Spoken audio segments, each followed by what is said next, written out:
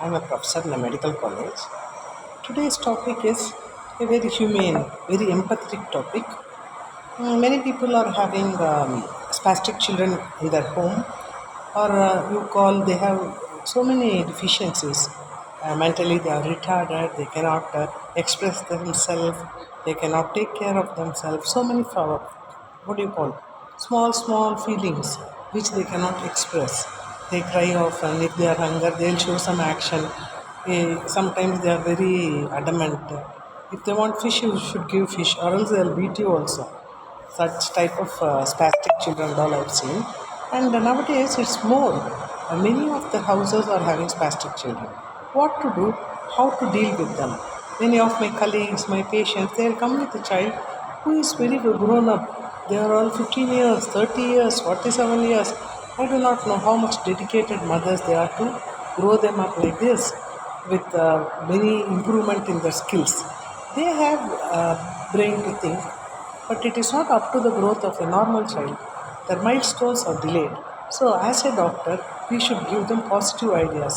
அந்த மாதிரி ஸ்பாஸ்டிக் சில்ட்ரன்ஸ்க்கு தகுந்த மாதிரி ஸ்கூல்ஸ் இருக்கா அவங்கள அந்த ஸ்கூலில் எடுத்துகிட்டு போய் விட்டு அவங்களுக்கு அந்த மூளை வளர்ச்சி கம்மியாக இருக்கிறது பெரிய விஷயமா சொல்லாமல் ஸ்டெப்ஸில் ஏறு, அந்த பக்கம் ஓடு, ஒரு தையல் கற்றுக்கோ, ஒரு பூக்கட்டு, ஒரு சாக்லேட்டை லைனில் வை, ஸ்டெப்பாக லேடர் வைஸாக அவங்களுக்கு இம்ப்ரூவ்மெண்ட் ஸ்கில் கொடுத்தீங்கன்னா அவங்களுக்கு வாழ்க்கையில் நம்ம கொடுக்க வேண்டியது ரெண்டு.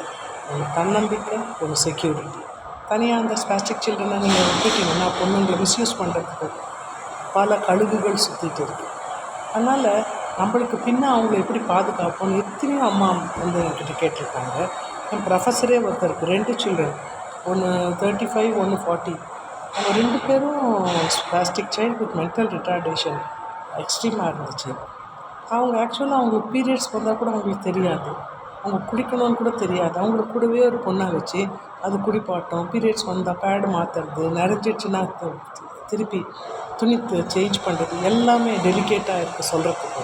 பட் அந்த மாதிரிவங்கள வீட்டில் வச்சுட்டு அந்த அம்மா வேலைக்கும் வருது, போய் மத்தியானம் பார்த்துக்கும், சாப்பாடு கூட ஊட்டி விட்டால் தான் சாப்பிட்றாங்க. பெரிய பெரிய லேடிஸ், நீ என்ன பண்ணுவேன்? ஒன்றுமே பண்ண முடியாது. காடை ப்ரே பண்ணோம். நம்மளுக்கே இந்த மாதிரி ஆச்சு லைஃப்லன்னா நான் சொல்லி கொடுத்தேன். ஜீசஸ் சொல்கிறாரு, உனக்கே இந்த மாதிரி பசங்களை கொடுத்தேன்னா உன்னால் அவங்கள பாதுகாத்து காப்பாற்றி கரை சேர்க்க முடியும்.